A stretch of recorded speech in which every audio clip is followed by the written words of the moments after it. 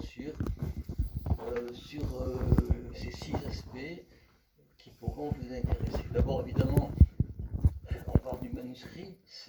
Dans ces cas-là, c'est toujours le point de départ. Comment ensuite, en deuxième partie, on a pu passer à l'édition d'un livre. Il se trouve que, à la surprise générale, ce livre a eu un grand succès. On va se demander pourquoi et comment. Mais on verra aussi dans ce succès qu'il y a 2 ou 3 voix discordantes, dont une qui amène à vraiment se pencher pour vérifier l'authenticité. Vous pourriez me dire, l'authenticité, vous auriez mieux fait de la vérifier d'abord, mais il se trouve que c'était tellement évident que le manuscrit de Barthas était authentique que je ne me suis pas posé la question. Pour moi, ça allait de soi. Mais à partir du moment où il y a quelqu'un, on verra tout à l'heure, qui conteste, eh bien, il va falloir vérifier. Je dirais ensuite que la publication de Barthas, un simple tonnelier, a amené les gens à se dire, mais puisqu'on a publié ce tonnelier-là, ouais, mon grand-père il a fait ci, mon grand-père il a fait ça, et on va chercher et puis découvrir et faire apparaître de très nombreux témoignages. Enfin, ce livre qui a été publié pour la première fois en 1978 est toujours en vente et a toujours un énorme succès, puisque à l'heure actuelle on a dépassé, et même je crois actuellement largement dépassé, le chiffre de 150 000 exemplaires, ce que Louis Barthas n'aurait jamais pu imaginer, évidemment. Le manuscrit. 2 parties. Barthas, pendant toute la guerre, il a été mobilisé dès les premiers jours de août 1914 et démobilisé en février 1919. Donc il a fait pendant toute la guerre. Ça ne veut pas dire qu'il a fait toute la guerre au premier rang, en première ligne, mais il en a fait quand même une bonne partie. Il a donc rédigé des carnets de route. Malheureusement, ils sont perdus, parce que de retour chez lui après la guerre, il a eu le réflexe du très bon élève de l'école primaire, c'est-à-dire ces carnets, c'est un brouillon, c'est mal écrit, c'est bouffé par l'humidité, il y a des pages arrachées, c'est des souris qui ont grignoté, il faut mettre ça au propre. Et malheureusement, un de ses fils n'a pas compris qu'il fallait aussi garder les carnets originaux, ça c'est très dommage, et les a fait disparaître. Donc on ne les a pas, mais on peut quand même en parler un petit peu, puisque voilà. 3 citations du livre de Barthas, avec en plus l'indication des pages, pour montrer que ce livre n'a pas été écrit après la guerre, il a été écrit pendant, et il a été simplement mis au propre après. Voilà 3 citations. La première, c'est un de ses camarades qui s'appelle Ferrier qui lui dit « Et toi ?» me dit Ferrier, « toi qui écris la vie, toi qui écris la vie que nous menons. » Donc il est bien en train d'écrire la vie. Au moins, ne cache rien, il faut dire tout. Une autre citation un peu plus loin. « Sachant que j'écrivais le véritable roman de notre douloureux calvaire. » Écrire le véritable roman, ce n'est pas prendre 3 ou 4 notes, c'est vraiment écrire. Et le 3e extrait, un peu plus tard, un peu plus loin, ça se passe dans les Ardennes, et à l'ombre d'un tilleul, j'ai écrit ces lignes sur un banc de pierre, ou peut-être le délicieux écrivain André Theuriet, qui aujourd'hui évidemment est totalement passé de mode, mais c'était un écrivain important de l'époque, et notamment beaucoup de ses textes se trouvaient dans les manuels de l'école primaire. Donc il était très connu, et Louis Barthas, qui avait été un excellent élève de l'école primaire, l'avait connu. Donc, ou peut-être le délicieux écrivain a écrit ces livres où il parle de tous les lieux environnants. Donc, même si on n'a pas les carnets originaux, il est clair qu'il les a écrits pendant la guerre et il les a ensuite mis au propre.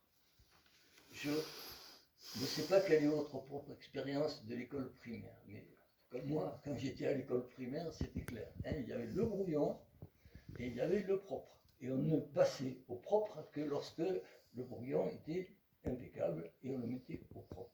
Et là, il a le réflexe du bon écolier, du bon élève, très bon élève même, puisqu'il a été reçu au certificat d'études primaires premier du canton. Premier du canton.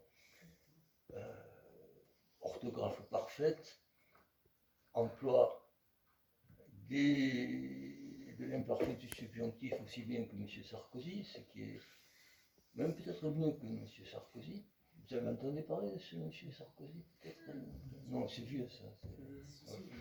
Bon, alors, mise au propre en plus sur des cahiers d'écoliers. Mise au propre sur des cahiers d'écoliers. C'est le support qu'il avait entre les mains. Hein. Donc vous avez à gauche la couverture du cahier numéro 6. Bon, il y en a 19 cahiers en tout, cahiers d'écoliers. Les titres, la guerre maudite, hécatombe, charnier, etc. Bon, c'est très clair ce qu'il raconte. Et ce que vous pouvez remarquer sans doute, c'est dans l'image de la semeuse. La semeuse, c'est une image républicaine. Hein.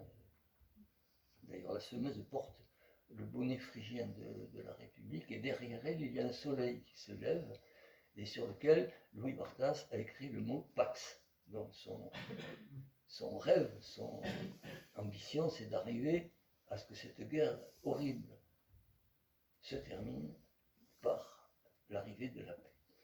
À droite, une des pages de Carnet, c'est vers la fin de la guerre où son régiment ayant été dissous, il se retrouve dans un régiment breton, et le dépôt de ce régiment, c'est à Vitré, en Bretagne, qui est le pays de Madame de Sévigné. Donc, c'est quand même un bon élève. Il avait entendu parler de Madame de Sévigné et de quantité d'autres aussi. Il va acheter une carte postale représentant Madame de Sévigné et il la colle sur son cahier en disant que voilà pour lui qui sont les vrais héros. Il vaut mieux avoir entre les mains une plume qu'une arme pour aller tuer ses semblables. L'illustration donc de ces 19 cahiers, il y a je crois 300 et quelques images, souvent des cartes postales achetées sur place. Et parmi ces cartes postales, quelquefois, vous en trouverez d'autres dans d'autres témoignages, ce qu'on peut appeler des cartes postales personnalisées, c'est-à-dire qu'il a acheté la carte et il a écrit par-dessus un commentaire. Déjà, évidemment, c'est loin, on ne le voit peut-être pas très bien, mais déjà on pourrait voir que la carte postale ne dit pas le nom du village. Hein, ceux qui sont près de l'écran là peuvent le voir. On ne dit pas le nom du village, puisque la photo est prise en pleine guerre, et il ne faudrait pas que les espions allemands découvrent que les Français sont là, etc. etc.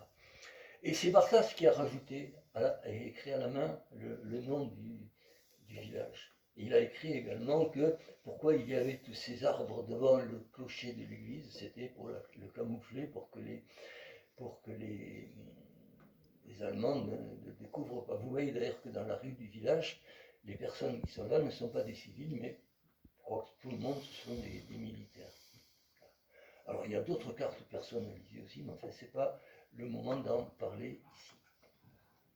Enfin, il y a un petit morceau de texte qui est extrêmement intéressant, c'est qu'en décembre 1915, après des pluies diluviennes qui ont inondé les tranchées, aussi bien françaises qu'allemandes, qui étaient à quelques dizaines de mètres, les soldats sont sortis et ont fraternisé. Ça a duré quelques jours, et puis il a fallu que chacun revienne dans ses tranchées, sous la menace d'ailleurs d'être bombardé par l'artillerie. Et Barthas termine un récit passionnant, parce que ce n'est pas dire « Ah, les Allemands en face sont nos amis, tombons dans les bras, etc. » Non, pas du tout. On passe un œil au-dessus du parapet, et on sait qu'est-ce qu'ils vont faire en face. Est-ce qu'ils vont nous tirer dessus ou pas? Et on commence à lever la tête, et en face, ils lèvent la tête aussi. Personne ne tire, alors à ce moment-là, on sort, on s'avance, et c'est là qu'on fraternise. Là, c'est vraiment un récit pris sur le vif, et non pas imaginé comme ça, dans l'absolu. Et il termine ce récit de fraternisation qui est une page absolument extraordinaire par l'appel que vous avez là et qui dit, bon, mais qui sait, un jour peut-être, sur ce coin de l'Artois, on va édifier un monument à la fraternité entre les peuples qui sont là en train de se combattre alors qu'ils ne savaient pas pourquoi et alors qu'ils préféreraient faire la paix. Retenez-le, cet appel de décembre 1915, parce qu'on va en retrouver la conséquence un peu plus loin. Alors, le passage à l'édition, il s'est fait en 2 temps. Ça a commencé à Carcassonne avec la Fédération audoise des œuvres laïques, et ensuite c'est passé à une maison d'édition nationale très importante, François Maspero. La FAOL a commencé à publier des témoignages populaires, on va dire, à partir de 1976, et c'est l'image de gauche là, sur l'écran, c'est une plaquette intitulée Les écoliers de Tournissan. Tournissan, c'est un village de l'Aude, dans lequel, pendant la Deuxième Guerre mondiale, 39-45 donc, les élèves ont écrit des textes eux-mêmes. Les élèves entre 10 ans et 13 ans ont écrit des textes sur la vie du village. Textes manuscrits, écrits à l'encre, etc. Donc j'ai retrouvé le classeur complet à l'école normale de Carcassonne. C'est très intéressant parce que c'est vraiment la vie du village vue par les gamins. Les plus âgés ayant 13 ans, prêts à passer le certificat d'études primaires, et les plus jeunes 10 ans. Donc on avait publié ça en 1976, je crois bien, et l'année suivante, en 1977, on publie la plaquette que vous avez à droite, c'est-à-dire des extraits des carnets de Louis Barthas. Là, on ne pouvait pas, on n'avait pas les moyens de publier la totalité. On a fait donc une plaquette d'extraits. On a choisi les textes les plus significatifs, comme si on choisissait les extraits pour les mettre dans les manuels scolaires. Donc un extrait sur la mobilisation, un extrait sur les fraternisations, un extrait sur le bombardement, etc. etc. Une plaquette d'environ 70 pages, le même format que la première. Et voilà, c'était un bon point de départ intéressant. Mais il se trouve qu'à ce moment-là, en 1977, donc, j'étais en pourparlers avec François Maspero, un éditeur parisien, pour l'édition d'un autre bouquin à partir d'une thèse d'histoire que j'avais faite un peu avant. Je lui ai envoyé la plaquette. Je ne sais pas, vous n'avez peut-être pas trop encore l'habitude des réponses d'éditeurs, mais là, je peux vous dire que 3 jours après, j'avais la réponse positive. Ça a été immédiat. Vous avez un portrait de François Maspero ici à gauche. Vous avez les titres de quelques-unes de ses collections. Donc, Actes et Mémoires du peuple, c'est dans celle-là qu'il a publié Barthas. Texte à l'appui. La découverte, qui ensuite est devenu le nom de la maison d'édition après que Maspero a passé la main. Histoire du syndicalisme, Cahiers libres, L'état du monde qui existe encore aujourd'hui, Hérodote, et la petite collection Maspero qui reprenait en format de poche un certain nombre de titres de la maison d'édition. J'ai gardé un souvenir absolument extraordinaire de François Maspero. C'était vraiment un type formidable qui prenait des risques. Alors des risques, c'est des risques financiers souvent, mais à l'époque de la guerre d'Algérie, il a pris des risques beaucoup plus importants puisqu'il a publié des ouvrages de décolonisation qui sont aujourd'hui très très à la mode, mais qui ne l'étaient peut-être pas à l'époque où la France était encore en guerre d'Algérie. Donc, hommage à François Maspero. Voilà le livre qu'il a publié à gauche, c'est celui qu'on a vu tout à l'heure, c'est le livre de grand format, donc publié en 1978, et là c'est la version intégrale sur plus de 500 pages des carnets de Barthas, alors que l'édition de la FAOL n'était qu'une édition d'extrait, comme on l'a dit tout à l'heure. Tout de suite, ce livre a été édité également par le club Hachette.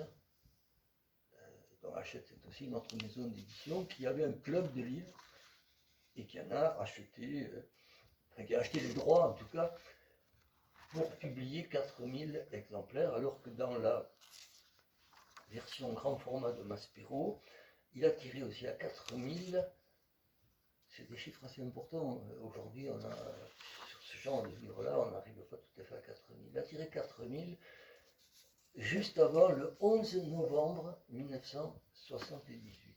4000 exemplaires. Il a fallu faire un deuxième tirage avant Noël. Début novembre, avant Noël, deuxième tirage. Il s'est vendu vraiment comme des petits pains. Et c'est la raison pour laquelle un club de livres, Club Hachette, a acheté les droits et a publié aussi 4000.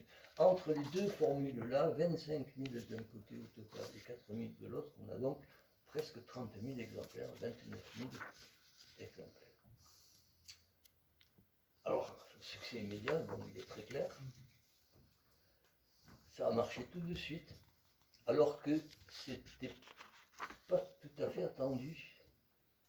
Et l'éditeur lui-même, qui avait des difficultés financières, a un peu hésité. Est-ce qu'on va vraiment publier ça? Un très gros livre, plus de 500 pages, un auteur totalement inconnu, un auteur qui était tonnelier et mort depuis un certain temps.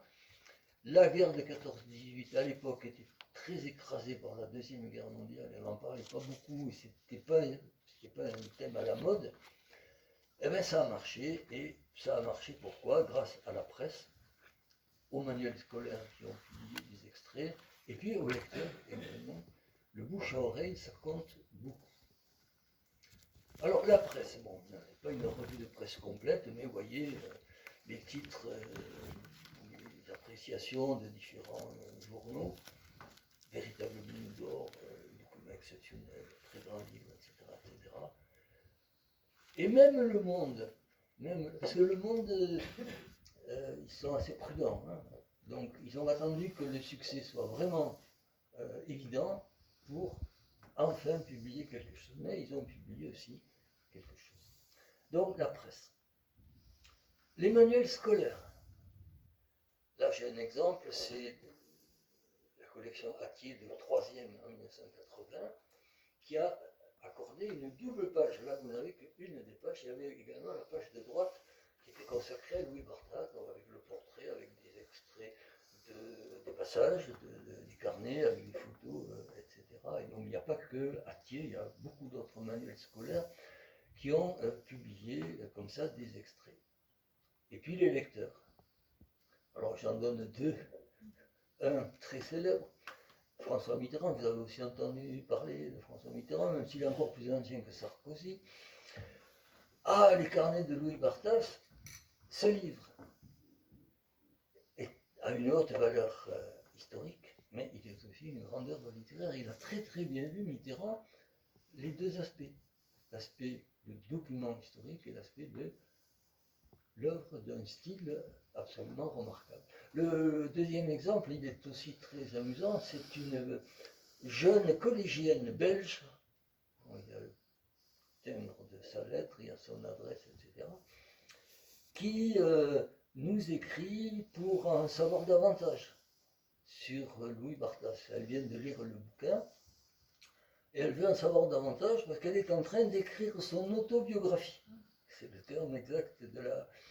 Elle est en train d'écrire l'autobiographie de Louis Barthas, donc il faut qu'on lui donne beaucoup de renseignements. Alors évidemment, ça pose un problème parce que c'est pas un personnage célèbre, c'est un artisan de village.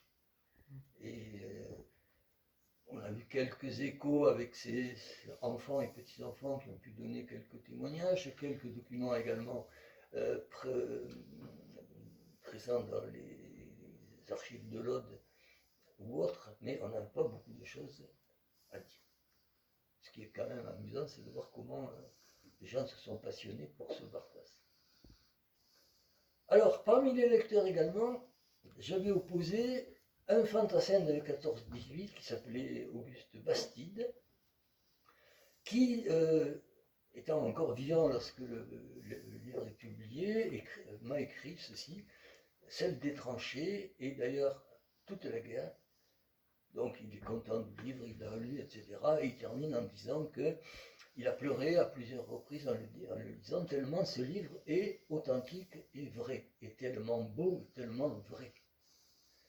J'ai volontairement opposé cette phrase d'un fantassin, alors un fantassin de 14-18, Parce qu'il faut faire attention aussi que combattant de 14-18, ça peut avoir plusieurs sens. Le fantassin, c'est celui qui est en première ligne, avec un fusil et une baïonnette. Il reçoit les obus venant de quelques kilomètres, quelquefois. Donc un artilleur, c'est pas la même chose qu'un fantassin. Ils ont fait la guerre aussi, ils ont eu des pertes aussi. Enfin, c'est pas la même chose. Là, je ne sais pas pourquoi ça. Voilà. Et donc, en plus politiquement, ce fantassin-là que j'ai connu était plutôt de droite, alors que Barthas était quand même membre du Parti socialiste. Donc, même quelqu'un qui n'est pas de même couleur politique, il a vécu la guerre des tranchées, il sait reconnaître l'authenticité du témoignage. Par contre, un jeune historien, c'est-à-dire un historien jeune qui essayait de s'implanter sur le marché de l'histoire, voilà ce qu'il écrit. L'auteur a écrit ses carnets de guerre à partir de notes personnelles prises pendant le conflit. Par son antimilitarisme, l'ouvrage est significatif. Deux points. L'auteur pousse au paroxysme la déformation du souvenir. Donc d'un côté, on nous dit, voilà un livre beau et tellement vrai, et de l'autre, on nous dit qu'il y a une falsification complète, une déformation complète du souvenir. Autant dire que déjà, on a tendance à prendre parti pour celui qui y était et qui sait ce qui s'est passé. Mais la remarque de ce jeune historien, qui n'est plus jeune maintenant, mais enfin qu'il l'a été à ce moment-là, m'a amené à cette autre partie, c'est-à-dire il faut absolument prouver cette authenticité qui saute aux yeux, mais bon, donnons des preuves. Donnons des preuves. Alors j'en ai trouvé dans d'autres témoignages écrits, dans des photographies de la collection du capitaine Hudel, qui était le capitaine de la compagnie dans laquelle se trouvait Barthas. Et puis d'autres textes aussi. Alors, prenons des témoignages écrits, je pourrais en prendre des centaines, hein, mais bon, par la place, j'en ai choisi deux, de soldats qui étaient dans le même régiment que Barthas. C'est aussi important de voir. Alors, le premier à gauche, il s'appelait Léopold Noé, et quand il décrit la guerre de 14, étant dans le même régiment que Barthas, il décrit exactement les mêmes choses, simplement avec un talent littéraire inférieur. Pour atteindre le niveau de Barthas, c'est pas facile. Mais il raconte les mêmes choses. Bon. Et il envoie une carte postale à son fils, c'est cette carte postale qui est là, qui est extrêmement intéressante. Parce que sur cette carte postale, vous voyez deux poilus. Un vrai et un faux. Le faux, c'est celui qui est représenté en image. La photo a été prise dans un studio photographique parisien devant un décor qui veut représenter des ruines, un champ de bataille, etc. Bon, c'est un décor peint sur une toile. Et vous avez le poilu avec son uniforme bleu horizon, son casque, son fusil, son sac, etc. Et ses bottines. Il sort des tranchées comme ça, avec les bottines qu'il aurait dans son magasin ou dans son bureau, etc. Mais le vrai poilu, lui, c'est celui qui a arraché un bout de la carte postale là haut en haut à droite, sur lequel il y avait écrit bon souvenir. Il a arraché ça et il a remplacé bon par mauvais. C'est-à-dire, voilà un témoignage qui confirme absolument les positions et les souvenirs de Louis Barthas. Le second, à droite, c'est un combattant toulousain qui a été aussi dans un des régiments de Barthas. En fait, il y a eu 3 régiments successifs de Barthas. François Guillem, il s'appelle François Guillem, et il raconte exactement les mêmes scènes, en particulier les scènes de fraternisation dans la boue. Bon, on pourrait en citer encore des quantités d'autres, je n'ai pas la place ici.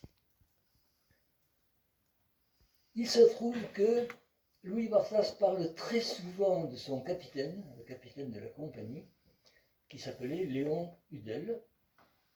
Et ce Léon Hudel était journaliste il n'était pas photographe, mais il a rassemblé une collection de photos qu'une de mes étudiantes a découverte chez un descendant du capitaine Hudel et que nous avons déposé aux archives de l'Aude, puisque Barthas, aussi bien que Hudel, était originaire de Périac-Minervois, un village de l'Aude. Donc il y a une série de photos comme cela, dont celle-ci, je ne sais pas si je vais pouvoir vous le montrer. Le truc rouge, je ne le vois pas passer. Vous l'avez repéré, hein? Oui. Bon, alors il se trouve que sur cette photo, on voit Louis Barthas. Voilà, merci.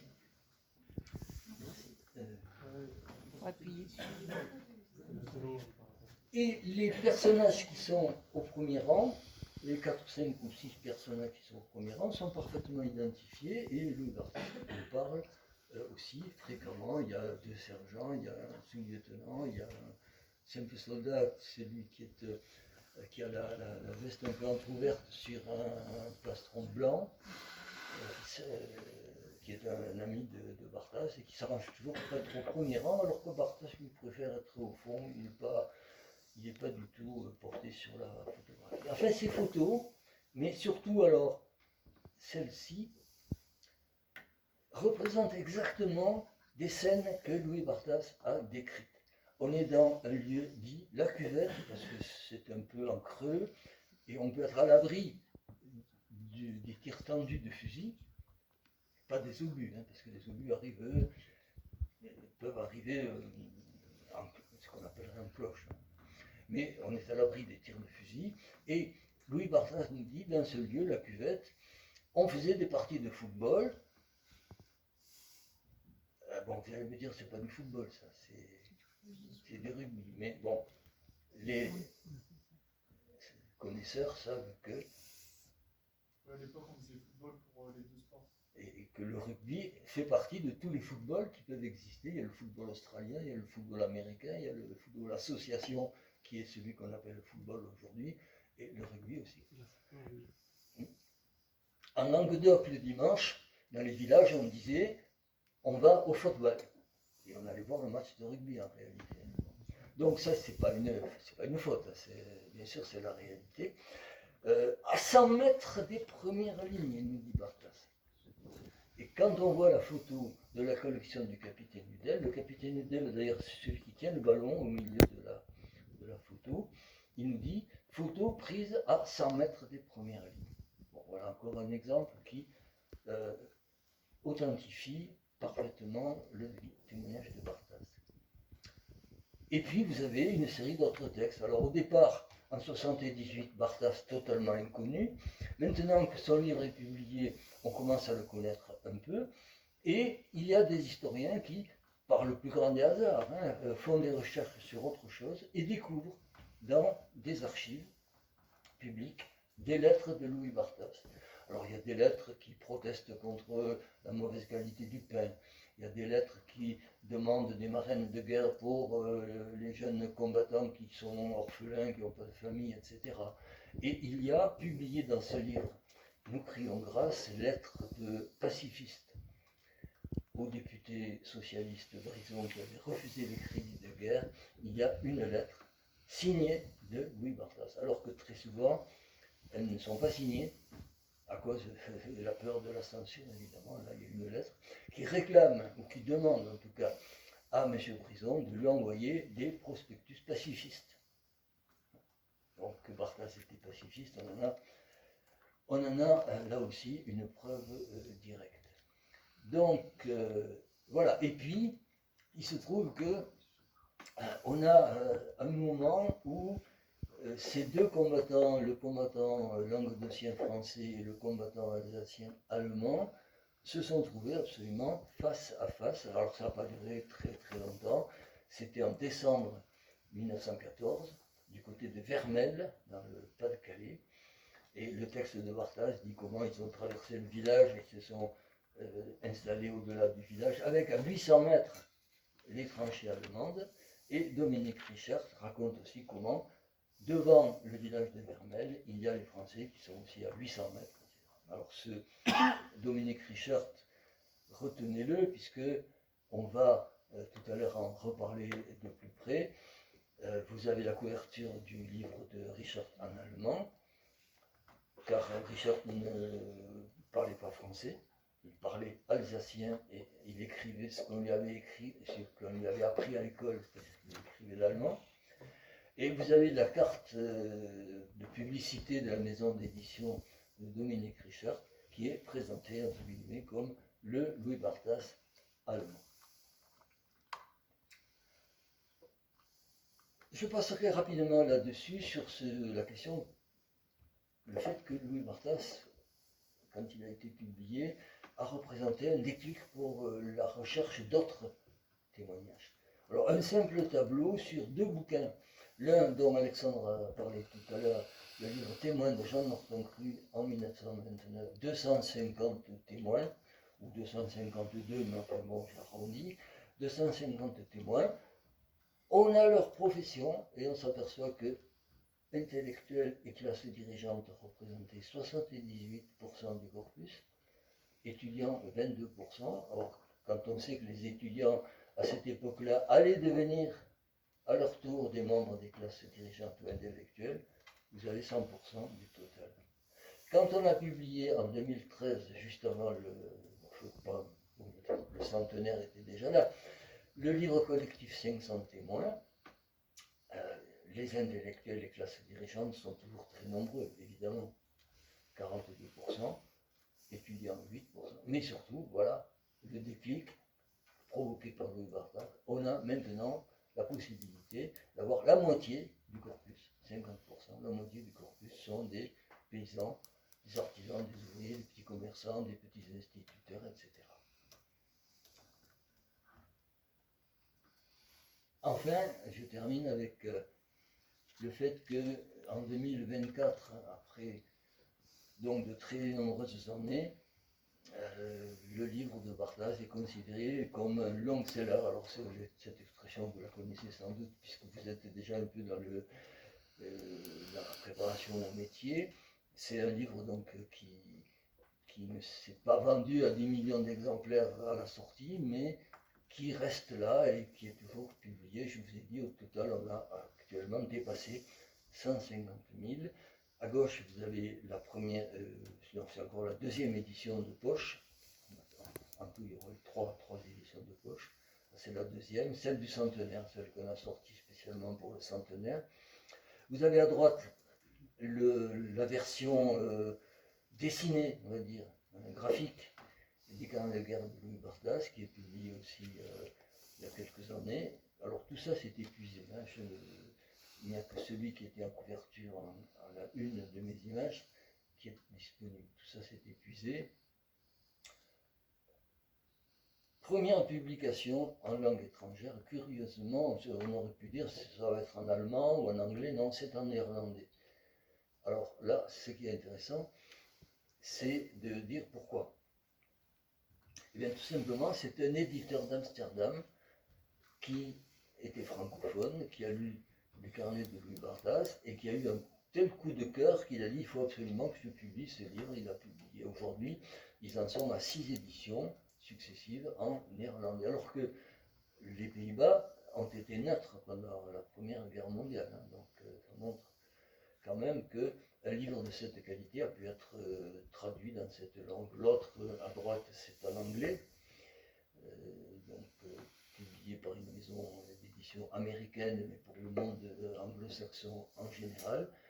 Là aussi, ça marche très bien. Là, chez les anglo-saxons, c'est pas tellement le grand format et livre de poche, c'est plutôt le livre qui a une couverture dure et le livre à couverture molle, si je peux dire.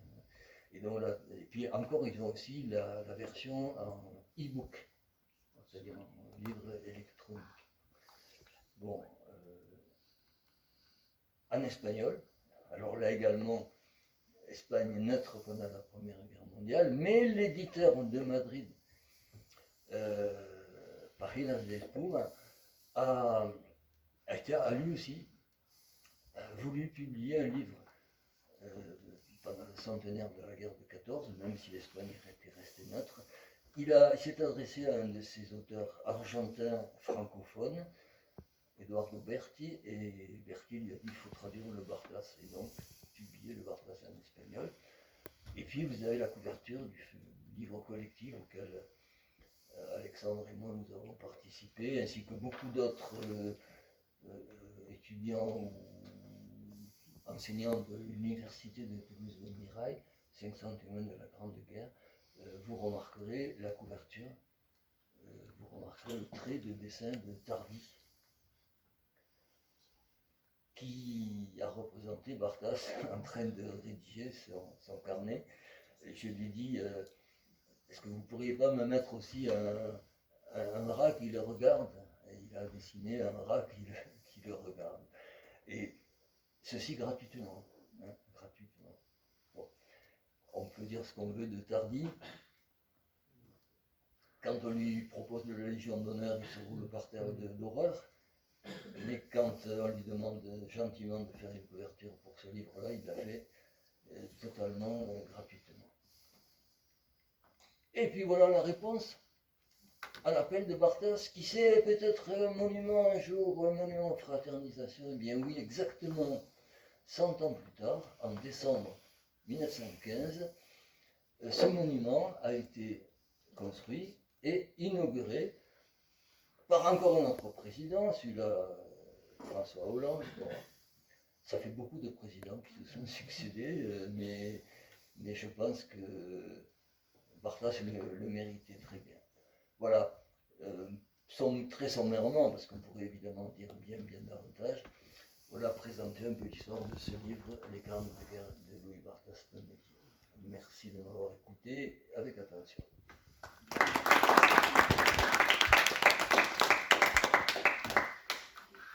Donc, pour faire peut-être transition, j'imagine que l'évocation de la BD, c'est le moment d'en parler, est importante pour vous parce que je pense que vous étiez présent à Toute histoire est histoire contemporaine avec la BD qui a été éditée en collaboration avec le Master d'Histoire publique et l'INUC. Je n'ai pas oublié l'histoire de la Shoah par balle, on en a parlé tout à l'heure. C'est déjà connu et c'est déjà reconnu puisque des gens l'ont lu et l'ont beaucoup apprécié.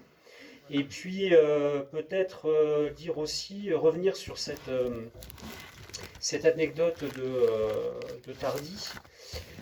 Pour dire que Tardy était en pourparlers avec la mission du centenaire pour faire le logo, créer le logo du centenaire. Vous savez que c'était une cocarde avec marqué 14-18 et Tardy, en fait, on a dans les archives justement qui ont été conservées, on a les croquis en fait de Tardy qui était venu à la mission pour voilà, il y a eu des travaux autour de lui et puis là, hop, on lui a attribué en 2012 la Légion d'honneur. Alors là, Tardy, ni une ni deux, a fait une lettre. Je ne coopérerai plus jamais avec les institutions de l'État. Donc j'annule ma participation à la mission du centenaire. Et donc du coup, on s'est retrouvé avec déjà des esquisses qui étaient très très intéressantes, qui sont aux archives, mais qui n'ont jamais vu le jour, parce que un fifrelin du ministère de la Culture s'est dit, tiens, ça serait une bonne idée de donner la Légion d'honneur à Jacques Tardy. Voilà, c'était une petite anecdote pour revenir sur ce que vient de nous présenter Rémi Casals. Alors, moi, je voudrais de la même manière un petit peu revenir sur en fait l'édition d'un autre témoignage de combattant, celui donc d'Henri Despérières, et de la même manière essayer avec vous de voir dans la réalité de l'expérience éditoriale comment en fait la source est devenue livre et comment le livre a ensuite vécu, en tout cas le témoignage a vécu. Et donc ce que a évoqué Rémi Casals, c'est la question du long-seller. Est-ce que Henri Despérières, qui n'était pas Louis Barthes, qui a un autre profil, comment il est devenu aussi un support en fait de scientifique, pédagogique ou d'histoire publique en quelque sorte. On va explorer un petit peu cette question ensemble en quelques minutes. Alors vous avez le l'objet, donc le livre. C'est si triste de mourir à 20 ans, lettre du soldat Henri Despérières, 1914-1915, donc un soldat qui n'a pas vécu l'ensemble du conflit, puisqu'il disparaît en septembre, je dis disparaît, puisqu'on n'a pas retrouvé son corps, en septembre 1915. Et donc on le voit ici avec une de ses médailles, hein, et sa moustache, qui est la même d'ailleurs, hein, par contre là, que Louis Barthès, mais on reviendra sur la pilosité parce que ça a été justement une des découvertes aussi de ce témoignage-là. Vous voyez aussi, puisqu'on regarde la présentation par un historien, donc enfin, en tout cas celui qui était en passe de devenir un historien à l'époque, puisque ma thèse n'était pas soutenue. Et regardons encore un témoignage pour l'histoire. On a donc guerre 14-18 et puis les éditions Privat. Voilà l'objet, voilà la couverture, et à partir de là, on va essayer un petit peu de comprendre comment on en est arrivé là. Alors l'histoire commence avec la rencontre avec le témoin, comme Rémi Casals en a parlé. C'est l'invention en fait d'un témoignage. Henri Despérières en fait est un soldat du Lot-et-Garonne, de la commune de Montflanquin. Vous avez entendu parler peut-être des reclus de Montflanquin, enfin une histoire sordide qui a un petit peu été à l'honneur il y a quelques années. Donc Montflanquin, petite bourgade du Lot-et-Garonne, et Henri Despérières en fait est originaire d'un hameau qui est juste à côté. Et sa famille est de là, ils sont petits propriétaires terriens, ils sont alors plus agriculteurs que paysans, hein, puisqu'ils travaillent dans la pruniculture déjà à l'époque. Il a lui-même 21 ans lorsque la guerre éclate, il était étudiant à Toulouse et il est au 14e régiment d'infanterie de la ville. Depuis déjà un petit bout de temps, 1913 c'est la loi des 3 ans et il est, j'en dis quelques mots du témoin, il est en caserne, ici en nuit ferme, hein, en sachant que ce service militaire va être encore un peu long.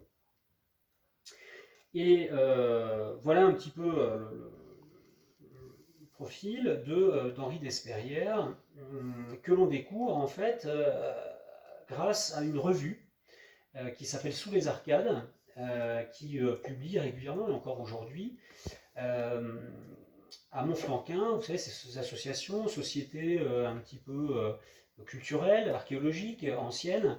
Hein, c'est une bastide, hein, Montflanquin, donc Sous les Arcades, c'est pour faire référence à la place centrale. Et donc une partie de la correspondance, en fait, a été remise à cette revue par la famille qui dispose de quelques lettres et de 2 carnets, et j'y reviendrai également. Et donc, c'est par le biais de mes recherches que je me retrouve avec Sous les Arcades sous la main, puisque moi-même j'étais à l'époque enseignant à Agen et je préparais un DEA sous la houlette de Rémi Casals sur la première épreuve du feu des combattants de 14-18. Donc DEA, c'est-à-dire Master 2, hein, pour vous, brillamment soutenu à l'université, vous pouvez aller regarder le manuscrit qui n'a pas été publié. Et donc je cherchais en fait 2 pistes, des soldats qui avaient participé à l'entrée en guerre, ce qui n'était pas trop difficile, puisqu'on a plus de carnets en fait et de correspondances, de sources directes de soldats qui sont rentrés en guerre que de soldats qui sont là à la fin de la guerre, hein, ou de soldats qui sont rentrés en guerre en fait pendant la guerre. C'est-à-dire qu'on a plus de sources, mais ça on ne va pas rentrer dans ces discussions documentaires. Et donc, deuxième point, je recherchais justement, puisque je travaillais avec Rémi Casals, des témoignages plutôt populaires. C'est-à-dire que je ne voulais pas étudier l'entrée en guerre à travers justement Galtier-Boistière, la fleur au fusil, mais au contraire mettre à distance ce mythe, hein, de l'entrée en guerre en allant voir expérience et pratique des soldats.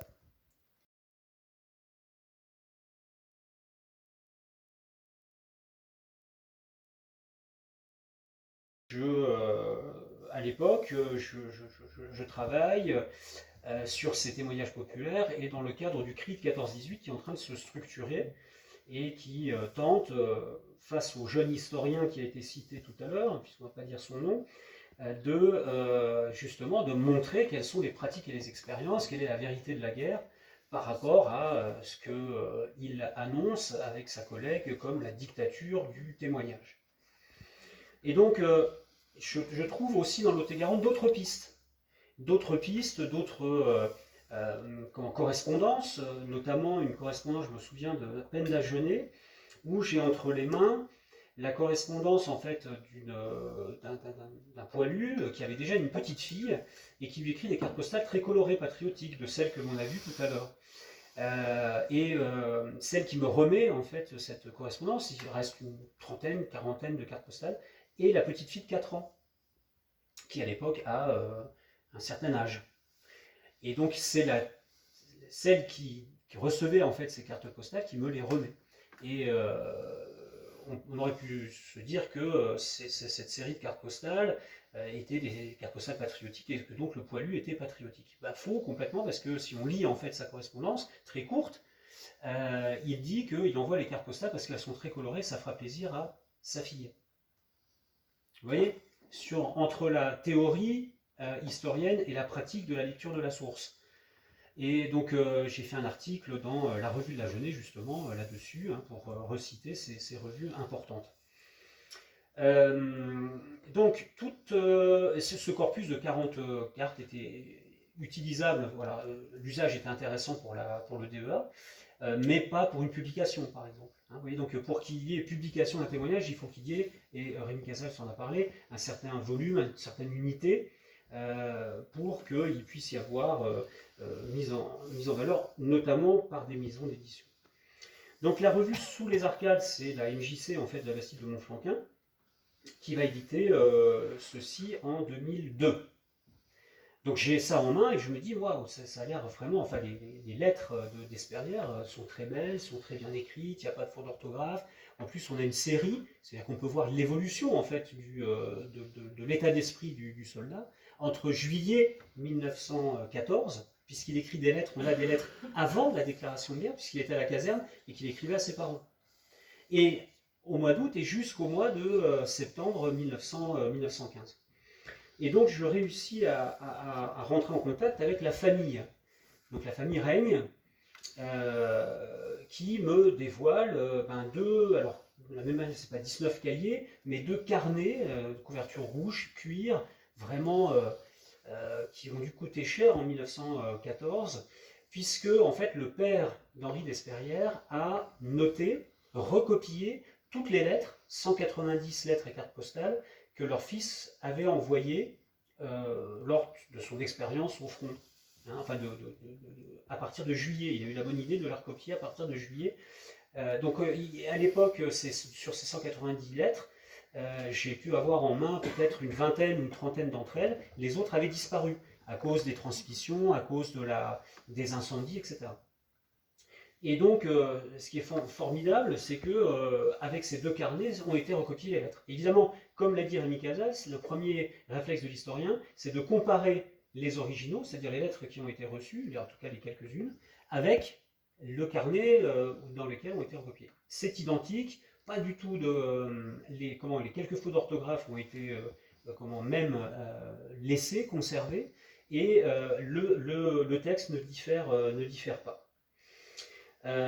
Donc du coup, fiabilité de la source et surtout unité de la source qui va de juillet 1914 à septembre 1915, parce que le père a recopié les lettres, mais aussi ce que Henri d'Esperlière appelait ses lettres mémoires en quelque sorte. C'est-à-dire c'est des bouts de carnet qu'il tenait en plus. Donc on a à la fois ces carnets, on va dire, et sa correspondance. Alors, est-ce que, à partir de là, il y avait un intérêt à publier ce corpus? Alors, il y avait d'abord l'intérêt de le conserver, et j'y reviendrai pour la question des archives, mais il y avait surtout cet intérêt d'un texte bien écrit, écrit par un étudiant, parfait de syntaxe, parfait d'orthographe, et puis surtout une pensée intéressante sur la guerre, et un certain nombre de thèmes qui sont dévoilés dans ces carnets. Alors je ne les prendrai pas tous parce qu'ils sont très riches. La question que je vous ai dit de l'entrée en guerre, donc très intéressante parce qu'on voit comment change en fait la perception de la guerre du soldat. Hein, au début, par exemple, c'est lui qui dit on va défiler crânement. Je donne trois éléments. On défile crânement à Toulouse, hein, entre la caserne et la gare, parce que on est vu par les civils, etc., etc. Donc le mythe de la fleur au fusil, on la comprend, parce qu'il explique qu'il s'ennuie à la caserne, et que partir en étant applaudi en plus par les civils, et puis en plus il y a des femmes, donc ça c'est super quand on a 20-21 ans. Et donc vous voyez qu'on peut donner de la profondeur en fait, une explication sociologique à cette question de la fleur au fusil, parce qu'un soldat de 34 ans comme Louis Barthas par exemple n'est pas parti en guerre de la même manière. Ensuite, quand il essuie la première épreuve du feu, et ça c'est ce qui m'intéressait pour mon DEA, il dit lui-même qu'il n'a pas tiré un coup de feu, c'est-à-dire qu'il est, voilà, comme beaucoup de fantassins, en fait, à la merci des obus, des mitrailleuses, et que lui-même est vraiment un acteur secondaire, hein, un PNJ, comme on dirait aujourd'hui, c'est-à-dire qu'il ne fait que subir. Et donc, pour ça aussi, c'est très intéressant d'avoir ces éléments-là, pour interroger la guerre, l'entrée en guerre. Et enfin, il y a une photo que vous voyez là, sur laquelle, et j'y reviendrai sur la photographie, Henri Despérières se dit « Note un vrai poilu ». Et on est donc fin 1914, et un vrai poilu, parce que vous voyez qu'il s'est laissé pousser la barbe, et qu'il est assez fier d'être un soldat. Sauf que, début 1915, il perd son beau-frère, il perd un certain nombre de camarades, et petit à petit il se rend compte qu'il fait une guerre de terrassiers, une guerre de rats. Il rentre dans un autre métier, dans un autre univers. Il rentre dans le métier en fait de simple fantassin. Alors il va terminer sergent, hein, quoi qu'il en soit, mais il dit je ne veux plus être un poilu en quelque sorte. Hein, il dit dans sa correspondance que voilà, là il en a ras-le-bol de la guerre et il veut la paix justement. Hein, donc là on revient sur les thématiques qui ont été évoquées tout à l'heure. Donc voilà un certain nombre de l'entrée en guerre intéressante, du soldat au combattant, je viens d'en parler, le soldat ou terrassier, les pratiques populaires également. Hein, ce qui est intéressant, c'est qu'on va trouver aussi dans sa correspondance l'usage de l'occitan. On va, par exemple, l'usage des colis, les pratiques de la chasse et de la pêche aussi, dans les temps de repos, que l'on ne va pas avoir en fait chez Genevois ou chez les intellectuels qui sont souvent des officiers. Lui, on a là la pratique de la chasse, par exemple, où vous avez certains qui vont partir à la chasse ou qui vont faire du braconnage derrière les lignes pour agrémenter la popote. Donc voilà, des thématiques, vous voyez, qu'on ne va pas trouver dans d'autres mises en scène de soi. Alors, ce témoignage brut, en fait, a été présenté, et avec l'aide de Rémi Casals, aux éditions Privat, donc toulousaines. Ça tombait bien, un régiment toulousain, 17e région donc militaire, et le fait d'avoir la possibilité d'entrer dans cette brèche du témoignage populaire. Hein, comme l'a dit Rémi, après Louis Barthas, et au cœur de cette polémique autour du témoignage populaire, il y a donc l'écho chez Privat d'un personnage qui s'appelait Philippe Terrancle à l'époque, et qui a vu très bien en quoi ce lien avec les travaux de l'université pouvait donner lieu à une collection que Rémi Casals va diriger, dans laquelle il va y avoir plusieurs publications de fait par des étudiants. Là aussi, c'est intéressant, cette valorisation des travaux étudiants par le biais de la publication. Vous en avez été aussi peut-être les acteurs avec la bande dessinée, évidemment. Donc, Privat, on vend à Privat en fait l'intérêt historique de ce livre qui va donc intéresser Philippe Terrancle et qui va l'intégrer dans un corpus un peu plus large de témoignages. Donc, ici, comment on passe du témoignage brut à l'objet mis à disposition du public. Alors, il y a d'abord eu un gros travail de transcription, c'est-à-dire que, alors Rémi Casals n'en a pas parlé, mais je ne l'ai jamais interrogé là-dessus, et je pense qu'il nous en dira peut-être un mot, mais comment est-ce qu'on passe des carnets, des 19 carnets, des colliers, au texte. Donc moi, je suis allé dans la famille pendant plusieurs heures, hein, donc il a fallu tisser, et ça c'est très intéressant, tisser des liens avec la famille, confirmer l'intérêt en fait de ce témoignage-là, et donc c'est la possibilité d'être publié, donc il faut discuter avec la famille. Hein, c'est comme la panthéonisation, ça ne va pas faire de barrière en disant, vous savez, c'est vraiment très intéressant, et puis on va le publier là, et donc il faut vraiment travailler avec les descendants pour qu'ils puissent être tout à fait convaincus. Donc nécessité et confiance, hein, il y a un pacte testimonial, donc c'est pas moi qui suis à l'originaire de cette expression, mais un pacte testimonial qui est passé, hein, comme avec les intervieweurs des descendants de la Shoah, qui est passé avec les descendants de la famille ici. Donc ça c'était des moments très très forts ou très intéressants aussi, parce que vous vivez avec la famille à un moment donné. Hein, et je me rappelle que Madame Reigne a eu un cancer à ce moment-là, et que c'était... voilà, il y a eu tout ça aussi qui est rentré en compte. Et ça a été une expérience humaine aussi importante. Alors, ensuite, une fois que le travail a été transcrit, il faut passer à l'édition. Alors l'édition, qui est parfois brute, mais qui là nécessitait, il nous semblait, des explications. Et c'est là qu'intervient en fait le mot, l'introductif, la préface et la postface, mais aussi l'appareillage critique. Donc ce qui était bien pour un jeune aussi historien, c'est de mettre la main dans l'explication en fait du texte, donc les analyses de texte que vous avez fait jusqu'en licence et bien après peut-être, et il faut là le mettre à contribution, enfin en tout cas reprendre la méthode et puis se dire je vais expliquer le texte. Alors je vais expliquer le texte par des notes de bas de page, et puis je vais expliquer le texte aussi par une postface pour donner le contexte, la figure du témoin, qui est-il, comment est-ce qu'on en est arrivé au témoignage, etc. Tout ce que j'ai compté ici, et puis tout l'intérêt du témoignage aussi. Donc ça prend là aussi un certain temps. Il faut essayer d'aller chercher, comme l'a dit Rémi Casals, des informations supplémentaires aux archives. Alors pour Henri Despérières, c'est encore plus compliqué, mais on va voir l'état civil, on essaye de voir un petit peu si on a d'autres traces que l'état civil aux archives départementales du Lot-et-Garonne.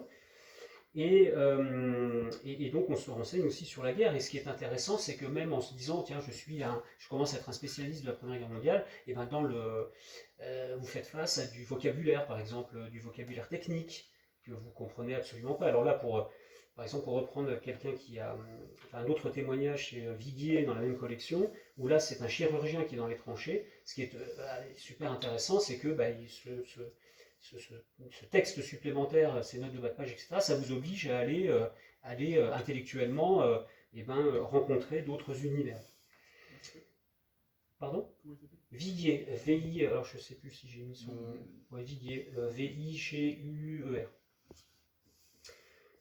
Dans la même collection, donc témoignage pour l'histoire. Mais j'y reviendrai peut-être d'un mot. On a demandé à l'époque à un personnage qui nous a laissé aussi une belle empreinte, le général André Bach, de faire la préface. Il a accepté tout de suite parce qu'il était vraiment donc c'est un spécialiste. Alors c'est l'ancien directeur du CHAT, du service historique de l'armée de terre à Paris. Un général à la retraite, mais spécialiste aussi des sources judiciaires autour des fusillés de la Grande Guerre, qui a fait un travail monumental, où il met à disposition aussi des sources, avant que les sources soient mises à disposition du public. Il avait vraiment défriché le terrain. Et le général André Bach, je pense, adorait se frotter à la jeunesse, puisqu'il était avec nous au CRI de 14-18, et il a accepté tout de suite de préfacer ce travail en le mettant justement en perspective. Ce que le jeune historien avait plus de mal évidemment à faire. Et puis ça donne de la caution aussi au témoignage. Donc ça c'est important, d'avoir une préface de quelqu'un qui va... alors aujourd'hui, quand on vient vous chercher pour faire une préface, évidemment c'est sympa de temps en temps. Bon, bref.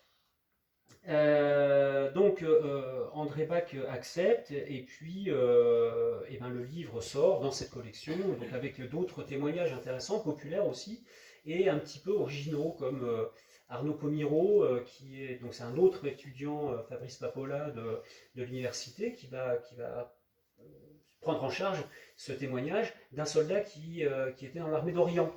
Donc on avait peu de témoignages, et puis donc Viguier pour la chirurgie. Je reviendrai sur la photographie tout à l'heure.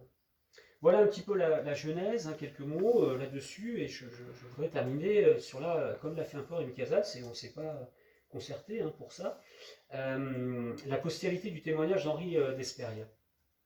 Donc, d'abord, un premier mot peut-être sur la réception.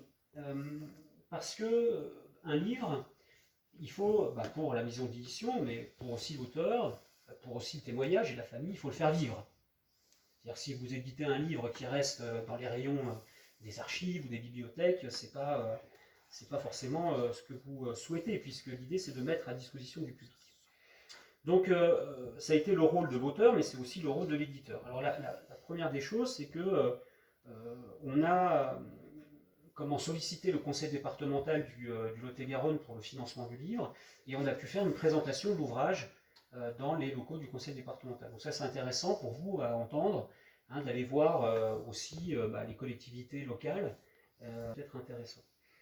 Et puis il y avoir une série de présentations, notamment à Ombre Blanche. Alors pas Ombre Blanche pardon à l'époque puisqu'il y avait la librairie Priva.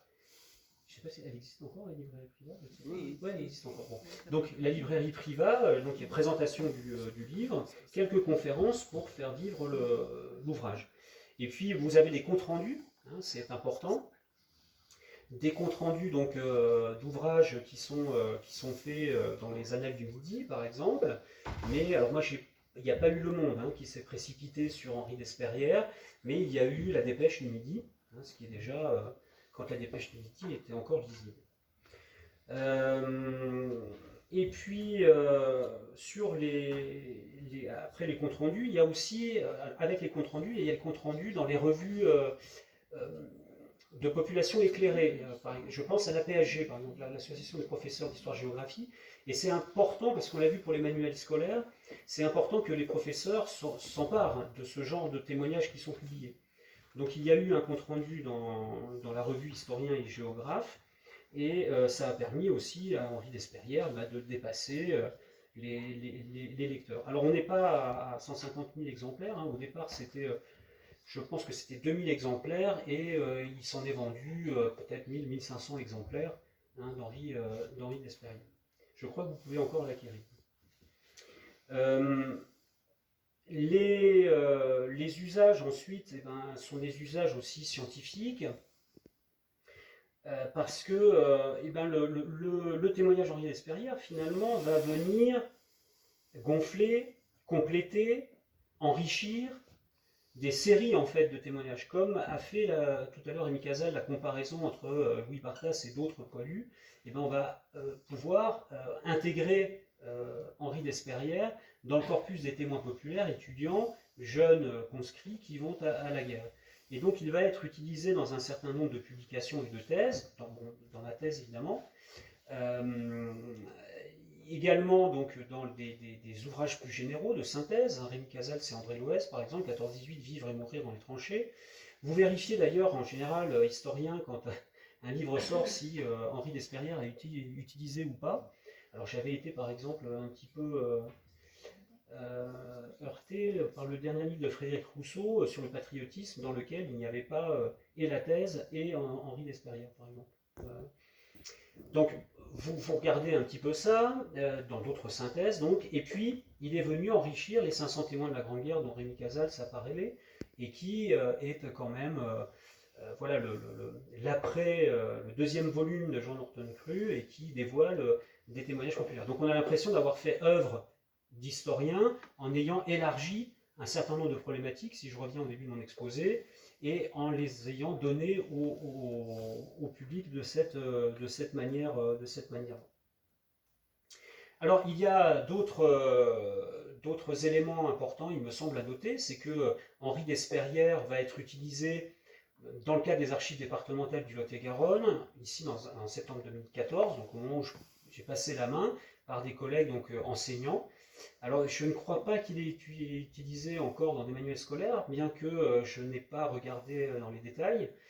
Ce petit fascicule au fil du temps qui est très bien fait, parce que les archives départementales, et alors là vraiment, pour avoir vu aussi toutes les productions évidemment de celles de l'autre qui ont été citées par Rémi Casals, mais dont Sylvie Cocanas aura à reparler. Souvent les productions, enfin quasiment tout le temps, les productions des archives départementales sont vraiment d'une grande qualité. C'est un travail complémentaire entre les archivistes et les enseignants qui sont missionnés au service éducatif.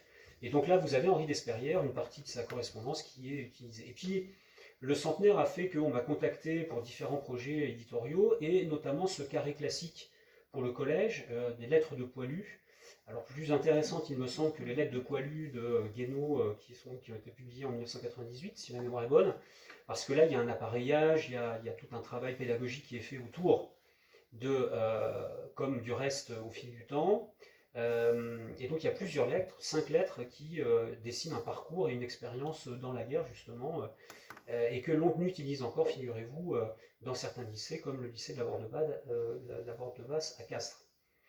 Donc on voit qu'il faut qu'il y ait un travail complémentaire autour de cela, parce que c'est, il me semble, intéressant. Et à côté d'Henri Desperrières, dans ses lettres de Poilu, il y a aussi Barbus, par exemple, ou un ouvrier ou un normalien comme Marcel Étévé. Donc on a des profils tout à fait différents qui montrent l'épaisseur de l'expérience de la guerre. Donc voilà, par exemple, au fil du temps, hein, vous avez donc une partie des lettres Desperrières. Alors ça me donne l'occasion de signaler qu'en même temps, parce qu'on peut le faire aussi en même temps aussi, en même temps, on a, puisqu'on parlait des présidents de la République, on a réussi à faire rentrer le fonds Henri Desperrières aux archives départementales du Lot-et-Garonne. C'est-à-dire le reste des lettres et les 2 carnets du sergent.